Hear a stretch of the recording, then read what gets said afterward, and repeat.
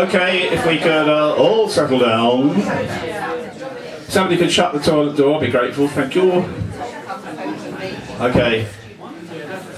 Right, well tonight we've got a couple of surprise guests. One of them I've already mentioned, so it's not a surprise any longer. But before Hugh comes on, Hugh Ellis, Aaron's son, a friend of Aaron has asked if she could read a poem, and her name is Leah. Okay, and so Leah, please come to the microphone. I hope it'll work for you.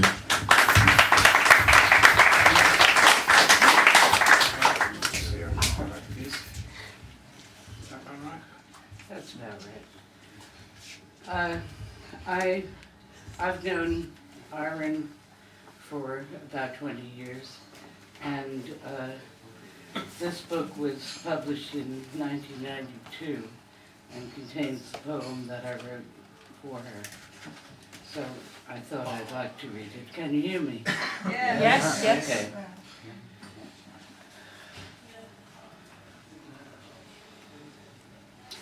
It's about a walk I took with her and John Ackerman, who was biographer of her father's. Observing the old hours. We wound our way through Chelsea and Earl's Court, eyes and camera pencil sharp, to trace the quirky outlines of a dead man's life. The wonder of it. Here and here he walked, and this the very tavern where he raised his glass punctually at noon.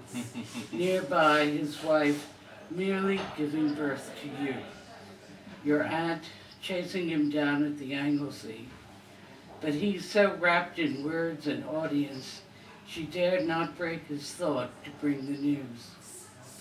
The biographer tells it hauntingly, a ghost story with power to claw a wince 48 years on.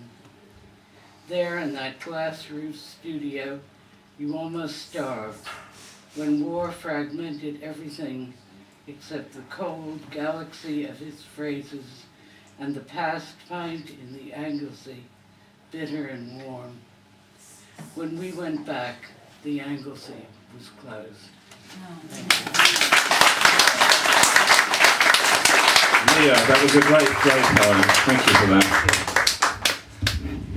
Okay, now, so more applause please for Leah, because that was good to have a friend of ours coming in there. And now I'd like to give a very special welcome to somebody who hasn't performed with us before either. Although he did come down with us to Larne, and Hugh will remember those evenings in Larne in the Stable Door restaurant were very convivial. And we had quite a liquid weekend together with us old guys showing these young guys how to do it. But I think he's learning his own lesson, so please welcome Hugh Ellis.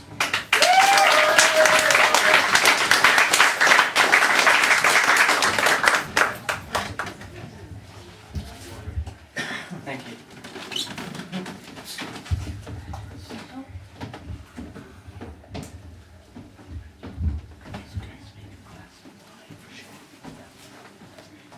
I wasn't there when she died. I chose not to see the body. I scattered no ash. But I did throw a stone from cliff top to the sea, and she caught it in the splash and laughed at me.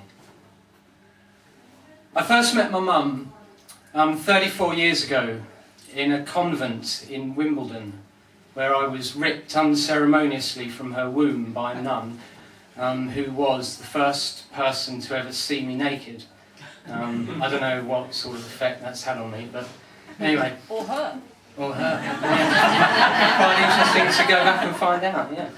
I'm quite new to performing, and the first time, in fact, was about 6 months ago.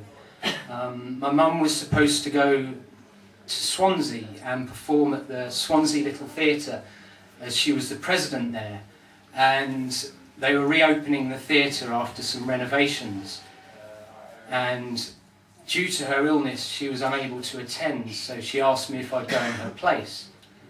and the closer it got to it, the more nervous I became. So I went to her for some advice, and this is what she said. "Cut your hair," my mum said from her hospital bed. "It's a champagne reception. They might take exception to a man with a mop on top of his head. And make sure you shave, or I'll turn in my grave before I even get there. And please don't swear, and please don't wear your trainers with your trousers. And don't waffle. You do that a lot, an awful lot. An awfully waffly potpourri of jumbly, crumbly, rhubarby dull monotony that bores the people listening. You need to keep their interest with a bit of wit. Give it your best, but don't become too full of it. Just cut your hair," my mum bleated, repeating her pleading as I stared at the plasters which stemmed her bleeding. "I'll definitely shave," I said through a smile, "but the hair, it stays. I like it wild."